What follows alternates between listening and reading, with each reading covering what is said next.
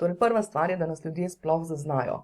Po domač povedano to pomeni, da ljudje sploh vejo za nas, da obstajamo, da so nas nekje zaznali in da v bistvu nekako začutijo mogoče, da je pa to nekaj, o čemer mi govorimo, da je pa to mogoče nekaj, kar bi njim pomagalo na tak ali drugačen način.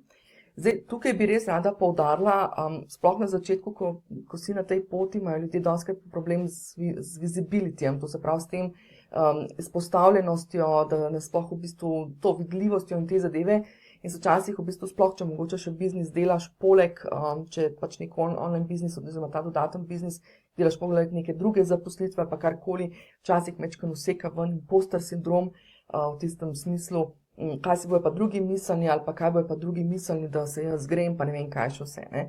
Skratka, tukaj bi jaz res rada poudarila to, da nas ne rabijo poznati vsi. Skratka, ne pomeni, da rabimo iti na billboarde, na one velike plakate sredi obvoznice ljubljanske, da nas bojo vsi videli, ne rabimo zakupiti ne vem kakšnega oglaševalskega prostora, skratka, ne rabijo nas poznati vsi, ampak nas rabi poznati naša ciljna skupina.